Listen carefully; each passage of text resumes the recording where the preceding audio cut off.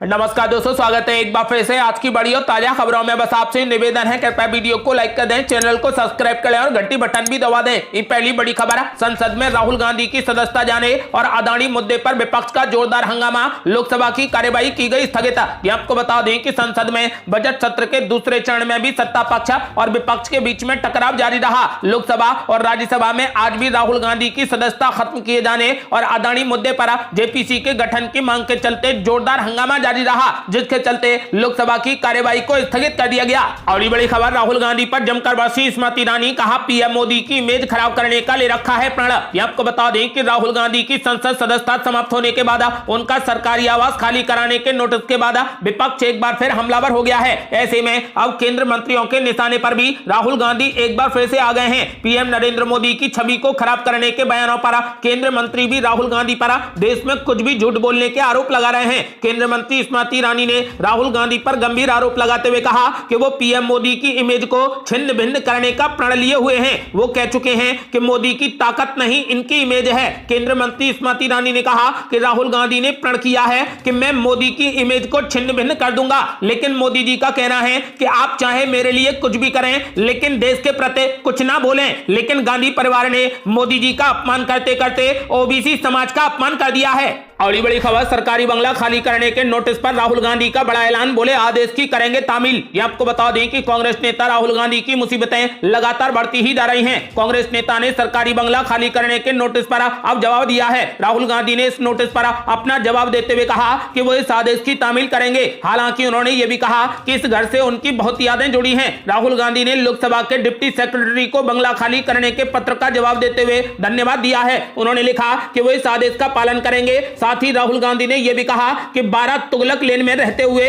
उनकी कई यादें जुड़ी हैं और बतौर सांसद बंगले में रहे, लेकिन जो आदेश अब उनको दिया गया है वो उसका पालन करेंगे। आपको बता दें कि दरअसल लोकसभा से अयोग्य घोषित होने के बाद लोकसभा आवास समिति ने राहुल गांधी को आवंटित बंगला खाली करने का नोटिस दिया है। नोटिस के अनुसार अब राहुल गांधी को 22 अप्रैल तक अपना बंगला खाली करना होगा। और ये बड़ी खबर, आम आदमी पार्टी ने 11 भाषाओं में जारी किया मोदी हटाओ देश बचाओ का पोस्टर, 30 मार्च तक देश भर में लगाने की तैयारी। ये आपको बता दें कि आम आदमी पार्टी ने मोदी हटाओ देश बचाओ का पोस्टर 11 भाषाओं में जारी किया है। आम आदमी पार्टी 30 मार्च को देश भर में मोदी हटाओ देश बचाओ का पोस्टर लगाने वाली है। दिल्ली में ऐसे पोस्टर लगाने के बाद दिल्ली पुलिस ने 100 से ज्यादा FIR की थी और 6 लोगों को गिरफ्तार भी किया था। इसी नारे के तहत 23 मार्च को आम आदमी पार्टी ने जंतर मंतर पर एक बड़ी जनसभा की थी, जिसे अरविंद केजरीवाल और भगवंत मान ने संबोधित किया था। इसी जनसभा में पार्टी के दिल्ली प्रदेश संयोजक गोपाल राय ने घोषणा की थी कि 30 मार्च को आम आदमी पार्टी देश भर में मोदी हटाओ देश बचाओ का पोस्टर लगाएगी। हिंदी, उर्दू, अंग्रेजी और पंजाबी के अलावा गुजराती, तेलुगु, बंगला, उड़िया, कन्नड़, मलयालम और मराठी में भी पोस्टर जारी किया गया है। आपको बता दें कि आम आदमी पार्टी ने कुल मिलाकर मोदी हटाओ देश बचाओ का पोस्टर 11 भाषाओं में जारी किया है। आम आदमी पार्टी 30 मार्च को देश भर में मोदी हटाओ देश बचाओ का पोस्टर लगाएगी। और बड़ी खबर, सरकारी बंगला खाली करने के नोटिस पर कांग्रेस अध्यक्ष मल्लिकार्जुन खड़गे का बड़ा ऐलान, बोले यदि राहुल गांधी आए तो मैं उनके लिए अपना बंगला कर दूंगा खाली। ये आपको बता दें कि राहुल गांधी की संसद सदस्यता रद्द होने के बाद लोकसभा की समिति ने उनको 1 महीने के अंदर उनका बंगला खाली करने का नोटिस दिया है। राहुल गांधी को बंगला खाली करने का नोटिस मिलने के बाद कांग्रेस अध्यक्ष मल्लिकार्जुन खड़गे ने कहा कि अगर राहुल गांधी चाहें तो वो मेरे घर आ जाएं, मैं उनके लिए अपना बंगला खाली कर दूंगा। कांग्रेस अध्यक्ष ने एक सवाल के जवाब में कहा कि वे राहुल गांधी को कमजोर करने की हर संभव कोशिश करेंगे, लेकिन अगर वो बंगला खाली करते हैं तो वो अपनी मां के साथ रहेंगे या फिर वो मेरे पास रहने के लिए आ सकते हैं और मैं उनके लिए अपना बंगला खाली कर दूंगा। आपको बता दें कि कांग्रेस अध्यक्ष मल्लिकार्जुन खड़गे ने कहा कि मैं उनको डराने, धमकाने और अपमानित करने के सरकार के रवैये की निंदा करता हूं। ये तरीका अच्छा नहीं है। उन्होंने कहा कि कभी कभी हम 3 से 4 महीने बिना बंगले के रहते हैं। मुझे मेरा बंगला 6 महीने बाद मिला। ये लोग दूसरों को नीचा दिखाने के लिए ऐसा करते हैं और मैं उनके ऐसे रवैये की निंदा करता हूं। अगली बड़ी खबर, 2 दिन 35 शहर और 35 अलग अलग कांग्रेस के नेता राहुल गांधी पर एक्शन के विरोध में मोदी सरकार को घेरने की बड़ी तैयारी। ये आपको बता दें कि कांग्रेस नेता राहुल गांधी की संसद सदस्यता रद्द होने के खिलाफ कांग्रेस और विपक्षी दलों का विरोध प्रदर्शन जारी है। इस मुद्दे पर आक्रामक तरीके से बीजेपी को घेरने के लिए कांग्रेस पार्टी लगातार बैठक भी कर रही है। इसी कड़ी में कांग्रेस पार्टी ने विरोध प्रदर्शन का एक और बड़ा प्लान जारी किया है। कांग्रेस पार्टी ने आज और कल यानी 28 से 29 मार्च तक डेमोक्रेसी डिस्क्वालिफाई क्वालिफाइड के तहत 35 शहरों में प्रेस कॉन्फ्रेंस करने का फैसला किया है। कांग्रेस पार्टी के वरिष्ठ नेता और जनरल सेक्रेटरी जयराम रमेश ने इस संबंध में पूरा प्लान जारी किया। उन्होंने बताया कि प्रेस कॉन्फ्रेंस पार्टी के वरिष्ठ नेता करेंगे। वे राहुल गांधी की संसद सदस्यता रद्द करने के मुद्दे के साथ साथ मैदानी की वास्तविकता, नीरव मोदी और ललित मोदी को मोदी सरकार की क्लीन चिट देने पर भी बात करेंगे। इन वरिष्ठ नेताओं का काम सभी मुद्दों को आम लोगों तक पहुंचाने और उन्हें बीजेपी की मनमानी समझाने की कोशिश होगी।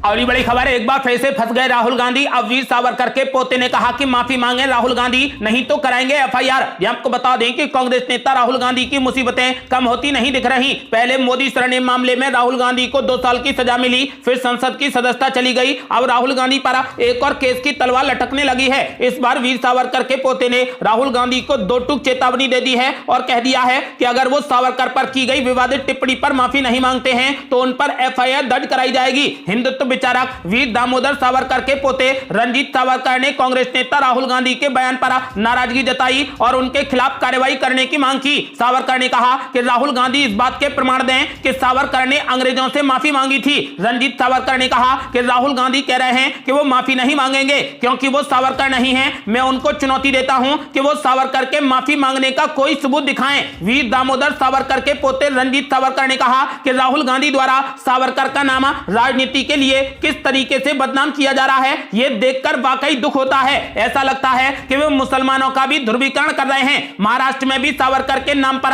राजनीति की जा रही है। मेरा अनुरोध है कि सावरकर के नाम का इस्तेमाल अपने फायदे के लिए ना करें। उन्होंने आगे संजय राउत, उद्धव ठाकरे और शरद पवार का भी जिक्र किया और कहा कि संजय राउत और उद्धव ठाकरे के मन में सावरकर के प्रति सम्मान हो सकता है, लेकिन जब तक वे सावरकर के लिए अपना समर्थन नहीं दिखाते इसका कोई मतलब नहीं है। अल्टीमेटम देने के बाद भी कांग्रेस नहीं रुकी और उन्होंने अभी तक कांग्रेस को अलग नहीं किया है। इसी तरीके से शरद पवार जी के मन में भी सावरकर के लिए बहुत सम्मान है, लेकिन उन्होंने आगे बढ़कर राहुल गांधी से सावरकर पर अब तक दिए गए अपने बयानों के लिए माफी मंगवाने के लिए कहना चाहिए। आपको बता दें कि उन्होंने ऐलान कर दिया है कि यदि राहुल गांधी ने माफी नहीं मांगी तो वो एफआईआर करेंगे।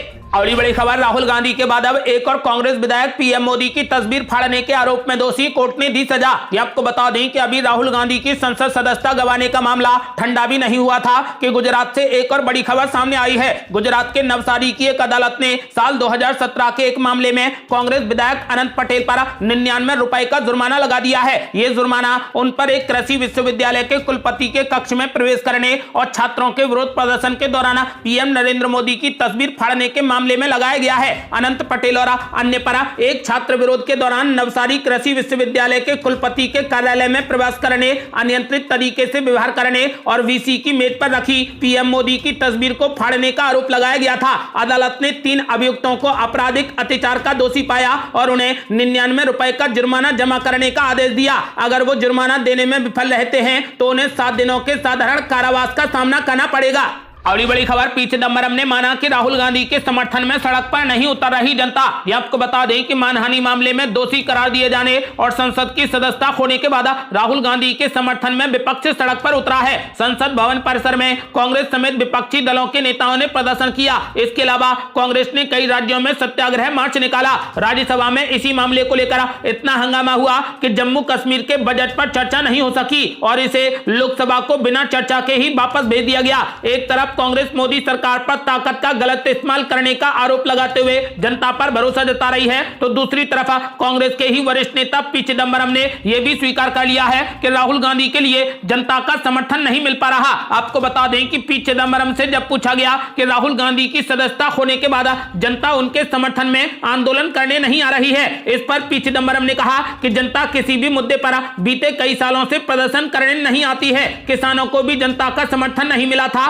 सीएए के मामले में केवल मुसलमानों ने प्रदर्शन किया। आजादी से पहले हर वर्ग ने गांधी जी का समर्थन किया था, वे सड़कों पर आ गए थे। मुझे आश्चर्य भी है और निराशा भी है कि दूसरे देशों की तरह लोग यहां पर प्रदर्शन करने नहीं आ रहे। हांगकांग में भी लोग प्रदर्शन कर रहे हैं। आपको बता दें कि पी चिदंबरम ने कहा कि कांग्रेस पार्टी लोगों से संवाद कर रही है। उन्होंने कहा कि यह मामला नरेंद्र मोदी और राहुल गांधी का नहीं है। टीएमसी को भी लगा है कि यह 2 व्यक्तियों का मामला नहीं है बल्कि लोकतंत्र को चुनौती है। उन्होंने कहा कि सभी दलों को ये बात समझ में आ गई है कि जिस तरीके से मोदी सरकार काम कर रही है उसका विरोध जरूरी है। उन्होंने कहा कि 4 दिन पहले से तुलना करें तो अब विपक्ष ज्यादा एकजुट है। इसकी वजह यही है कि लोकतंत्र को दी जाने वाली चुनौती को सभी समझ रहे हैं। उन्होंने ऐलान कर दिया है कि आने वाला चुनाव एक साथ मिलकर लड़ा जाएगा।